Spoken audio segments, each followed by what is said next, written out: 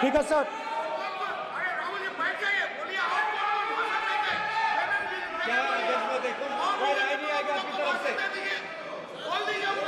तो कल प्रधानमंत्री मोदी जी के समय भी सर आप ऐसे रहिए sir. I'm not going to speak until they're quiet.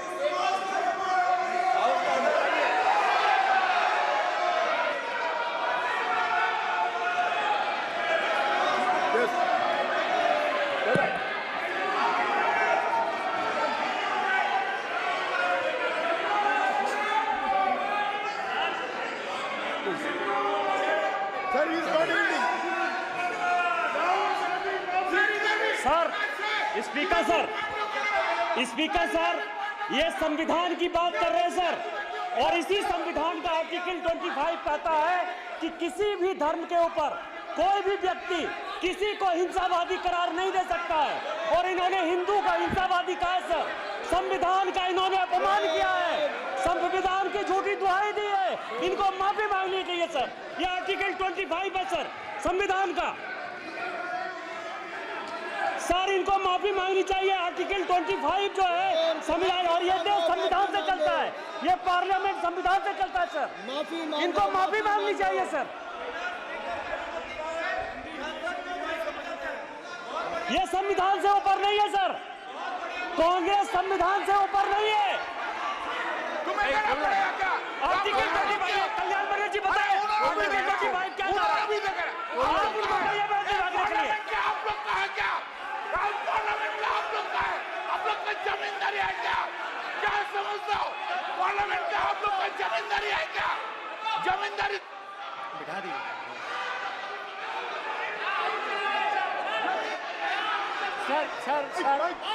Sir, speaker sir, माने प्लीज एक मिनट देता हूं मैं आपको। हिंदू धर्म कहता है, एक मिनट प्लीज माने सदस्य प्लीज एक मिनट प्लीज। माननीय सदस्यगण, ये सदन की एक मिनट मैं दूंगा, अलाउ करूंगा आपको। माननीय सदस्यगण, इस सदन की एक गरिमा रही है और हमें संवाद चर्चा करते समय इस सदन की गरिमा को रखना चाहिए, और ऐसी कोई भी आपत्तिजनक बात जो पूरे समाज के पर विषय हो, कम से कम प्रतिपक्ष के नेता को बोलते समय ध्यान रखना चाहिए। मैं इसको सीरियस तरीके से देखूंगा।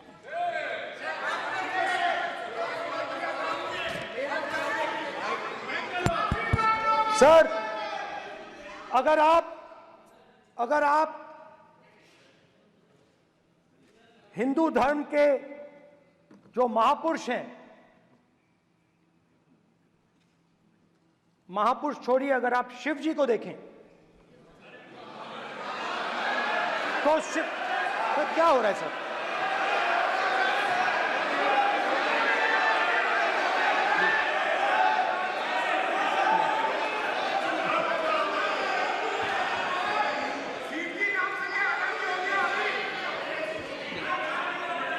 अगर आप शिव जी को देखें तो उनकी इमेज से आपको पता लगता है कि हिंदू डर नहीं फैला सकता, हिंदू हिंसा नहीं फैला सकता, हिंदू नफरत नहीं फैला सकता। और बीजेपी 24 घंटा नफरत, हिंसा, नफरत, हिंसा, नफरत, हिंसा। स्पीकर सर, कहां तक इन्होंने डर फैला दिया है?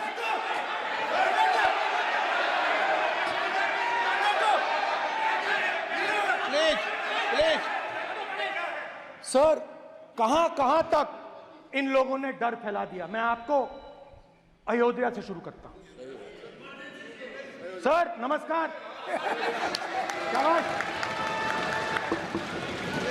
अयोध्या ने आपको मैसेज भेजा, अयोध्या ने राम भगवान मेरा व्यवस्था का सवाल है।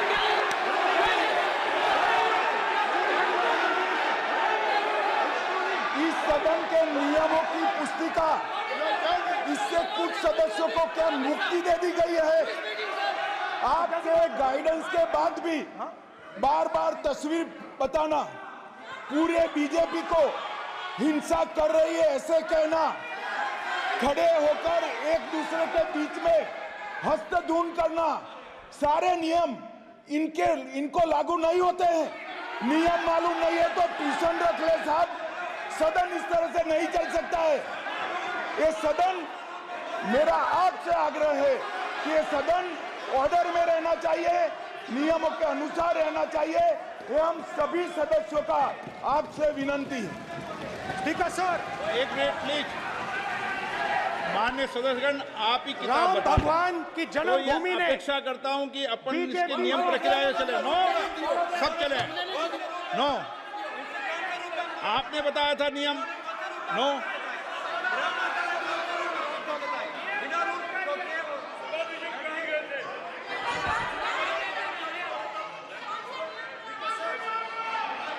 माइक दीजिए सर। हाँ सर, मेरा सवाल है सर, इस माइक का कंट्रोलर किसके हाथ में? प्लीज बैठिए, बैठिए, बैठिए। सर ये ऑफ होता है, प्लीज बीच में माने ऑफ हो बैठिए जाता है। प्लीज। ये बार कई बार विषय उठ गई और बहुत गंभीर, और माननीय सदस्य, आप प्रतिपक्ष के नेता हैं, आप सदन के बाहर भी ये बात कहते हैं कि माइक बंद कर देते हैं। मैंने कई बार आग्रहपूर्वक किया कि आसन पर इस तरीके का आरोप नहीं लगाएं। नो, प्लीज बात सुनिए। आसन पर सभी दल के, प्लीज, आसन पर सभी दल के लोग बैठते हैं और सभी दल के लोग सभापति तालिका पे हैं, और सब जानते हैं कि एक व्यवस्था होती है, जिस भी माननीय सदस्यों को आग्रह किया जाता है बोलने का वो बोला जाता है, और जिसको आग्रह नहीं किया जाता उसका माइक चालू नहीं होता। आप बोलने के लिए खड़े, आपका माइक कभी बंद नहीं हुआ, कभी बंद नहीं हुआ। आप अगर आसन में जो भी विराज रहे हैं वो अगर आपका नाम नहीं पुकारते हैं तब माइक चालू नहीं होता। ये व्यवस्था हमेशा इस सदन की रही है, पुराने में भी और नए में भी।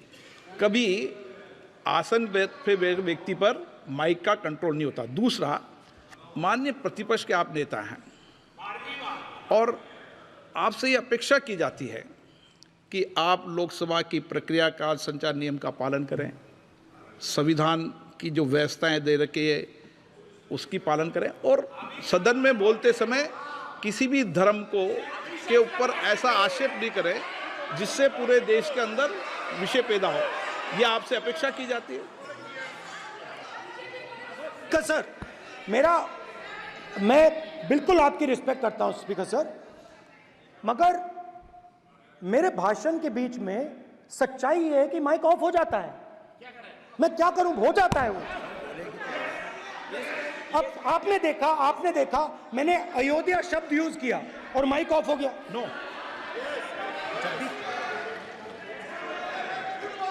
अरे ये प्रधानमंत्री मोदी जी के टाइम में आधा आधा कह आएगा क्या? तो अयोध्या ने राम भगवान की जन्मभूमि, प्लीज ब्रदर, राम भगवान की जन्मभूमि ने बीजेपी को मैसेज दिया,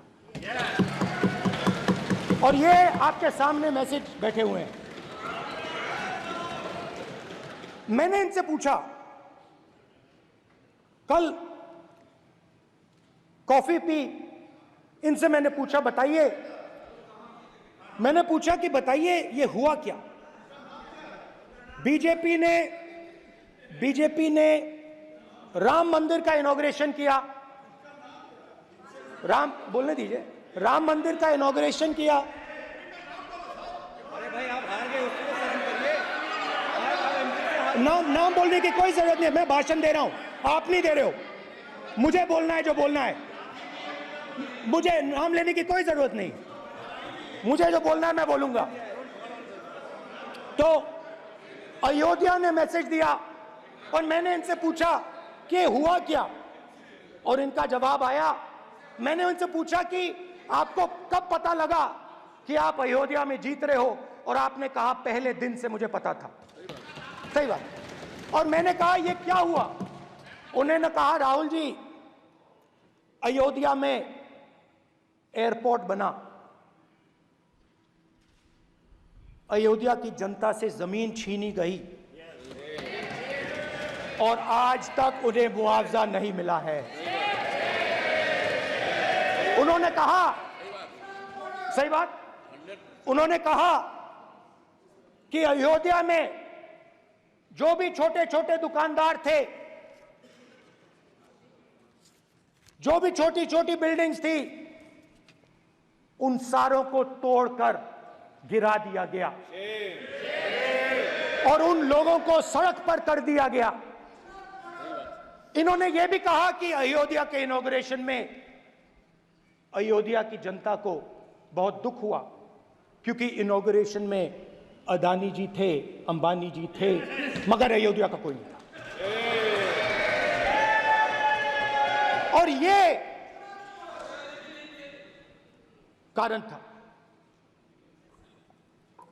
था कि अयोध्या की जनता में, उनके दिल में नरेंद्र मोदी जी ने भय डाल दिया। उनकी जमीन ले ली, उनके घर गिरा दिए, और फिर अयोध्या के गरीब लोगों को, किसानों को, मजदूरों को मंदिर के इनॉग्रेशन तक नहीं जाने दिया। मंदिर के इनॉग्रेशन छोड़ो, उसके बाहर भी नहीं जाने दिया। और इसीलिए अयोध्या की जनता ने सही मैसेज भेजा। अच्छा, इन्होंने मुझे एक और बात बोली, 3 बार इन्होंने कहा कि 3 बार नरेंद्र मोदी ने टेस्ट किया, 2 बार क्या मैं अयोध्या से लड़ जाऊं? और सर्वेयर्स ने कहा अयोध्या में मत लड़ जाना, अयोध्या में मत लड़ जाना, अयोध्या की जनता हरा देगी। और इसीलिए प्रधानमंत्री वाराणसी गए और वहां बच के निकले।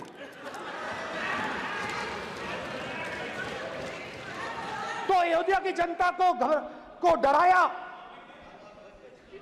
पूरे देश को डरा दिया। मैं आपको बताता हूं, आज सुबह में आया, राजनाथ सिंह जी ने मुस्कुरा के मुझे नमस्ते की, और मोदी जी बैठे हैं, मुस्कुराहट नहीं, सीरियस, नमस्ते भी नहीं करते, कहीं मोदी जी ना देख लें, प्रॉब्लम हो जाएगी। वही कहानी गडकरी जी की है, सच्चाई है। अरे भाई, अयोध्या की जनता को छोड़ो, ये तो बीजेपी वालों को डराते हैं।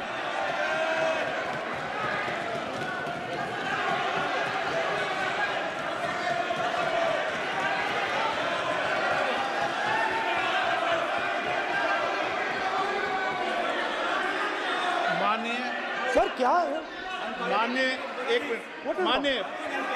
माननीय प्रतिपक्ष के नेता, एक मिनट, माननीय प्रतिपक्ष के नेता, आप सदन के वरिष्ठ नेता हैं। मेरा आपसे आग्रह है कि राष्ट्रपति अभिभाषण पर डिबेट हो रही है, इसकी गरिमा, राष्ट्रपति अभिभाषण की गरिमा रखे ना। ये तो अपेक्षा आपसे सब करते हैं कि आप राष्ट्रपति अभिभाषण पे बोले, नीतियां पे बोले, कार्यक्रमों में बोले। अब व्यक्तिगत रूप से नहीं। अगर आप ये उचित मानते हैं क्या? स्पीकर सर, ये उचित है? अगर आपकी पार्टी इसको उचित मानती है तो मुझे कुछ नहीं कहना। स्पीकर सर, माननीय अध्यक्ष जी, लोकतंत्र ने और संविधान ने मुझे सिखाया है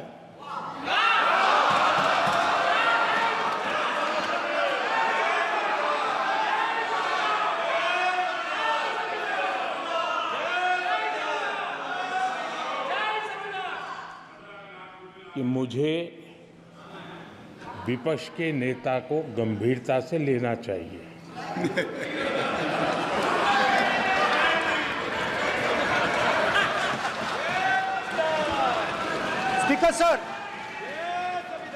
स्पीकर सर, आपने कहा कि डिबेट प्रेसिडेंट्स एड्रेस पे होनी चाहिए। ये जो मैंने किया है, अनुराग ठाकुर जी ने अयोध्या की बात की थी, अनुराग ठाकुर जी ने सनातन धर्म पर आक्रमण की बात की थी, इसीलिए मैंने ये किया है। मैं दिखाना चाहता हूं कि अयोध्या में क्या हुआ, अयोध्या की सच्चाई क्या थी। प्रेसिडेंट्स डिबेट में उन्होंने बात उठाई थी, मैंने बात बंद की है। प्रधानमंत्री जी को अच्छी लगी अयोध्या के बाद अच्छी लगी। डर फैलाया और ऑपोजिशन का रिस्पांस एक साथ मिलकर भारत जोड़ो यात्रा, सारे के सारे ऑपोजिशन, पूरा देश एक साथ मिलकर कन्याकुमारी से कश्मीर तक चला। और जो आपने डर फैलाया उसके बारे में यात्रा में बहुत कुछ सुनने को मिला।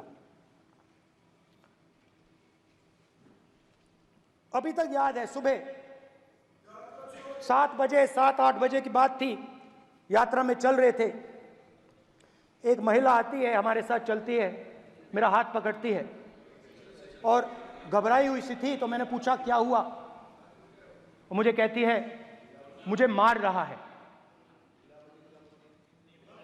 मुझे मार रहा है।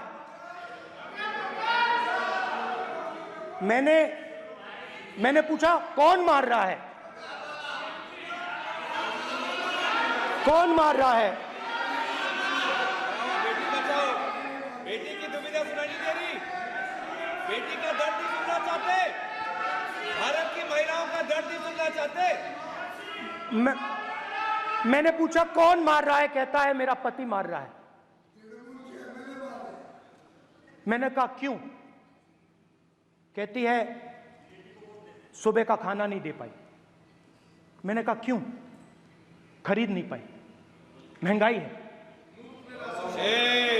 महंगाई है, खरीद नहीं पाई, खाना नहीं पका पाई, इसलिए मुझे मार पिट रही है। मैंने कहा बहन क्या करूं,